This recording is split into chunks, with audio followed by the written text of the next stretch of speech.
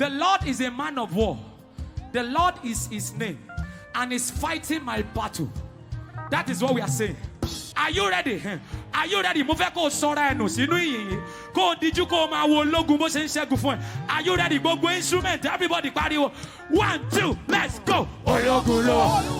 Kò sókè. Bàbá o, bàbá ń jagun. Borí bó ń jagun ayé rẹ̀.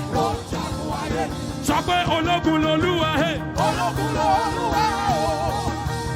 Olúwa lorúkọ rẹ̀. Ó jagun ayé rẹ̀. Fò sókè kí àìsàn fò sókè dànù. Gbogbo àìsàn ẹ máa jáde. Ológun. Yakata yabata. Bàbá o, bàbá ẹ. Fò sókè kí àìsàn yẹn jáde. Fò sókè kí orí fífọ́ yẹn sá lọ́nà. Gbogbo kánsà ẹ jáde. Lórúkọ Jésù. Fò sókè, fò sókè. Ẹ̀mẹ́ta péré ló kù ológun. Borí kó ń jà. Ó ń jagun ayé ẹ. Sẹ́nayẹ́ ó ń jagun ayé rẹ̀.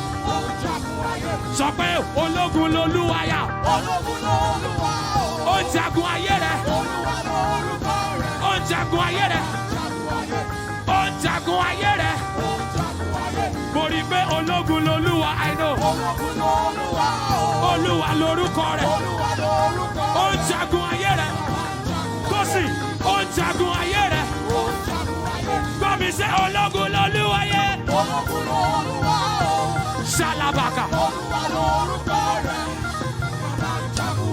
Mo rí pé ó ń jagun ayé rẹ̀. Stay where you are. Mali Pahanda Koshe. Rekuska Abatula. Àwọn kan gbẹ́kẹ̀lé kẹ̀kẹ́. Àwọn kan gbẹ́kẹ̀lé ẹṣin. Some trust in chariots.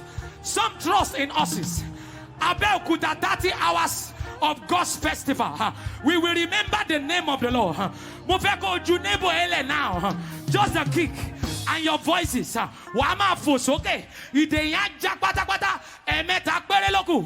1, 2, let's go. Ológun lolúwa.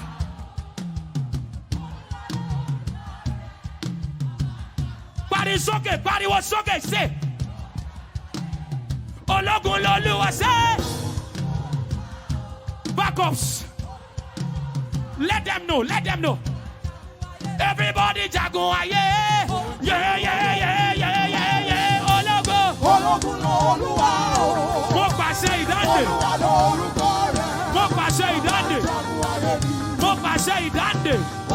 Mo pàṣẹ ìdáǹdè. Ológun lọ́lọ́run rẹ̀. Ṣàdá. Mo pàṣẹ ìtúsílẹ̀. Bàbá ń jagun.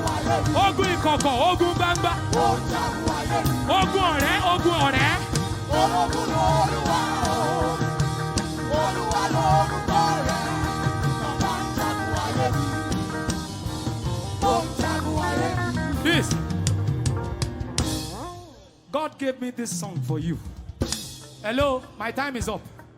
So walk up to 200 people in this house. Gbogbo ẹ̀yin tẹ́ ẹ ṣe ìyanu kó bẹ̀rẹ̀ látòrí yín. Torí pé o lẹ́nu láti ṣe ìyẹn ni pé òun retí ìyanu. Kí Ọlọ́run kó fi ìyanu bẹ̀ ẹ́ wò. Ó yá sọ lọ́dọ̀ ẹni 200 people. Are you ready? 1, 2, let's go. Ológun. 200 people, 200. Go. Get out of your seat. Go, 200. Olúwa lorúkọ rẹ̀. Má dúró sójú kan. Akíntayọ̀ ó ń jagun ayé ẹ̀. Tọ́ba ó ń jagun ayé ológun ni. Ogun ìkọ̀kọ̀, ogun gbangba. Ogun tó farahàn, ogun tó farasin. Ó ń jagun ayé rẹ̀. Dádì, ológun lọ́lọ́run tẹ́ni. Tọ́ba Olúwa lorúkọ rẹ̀.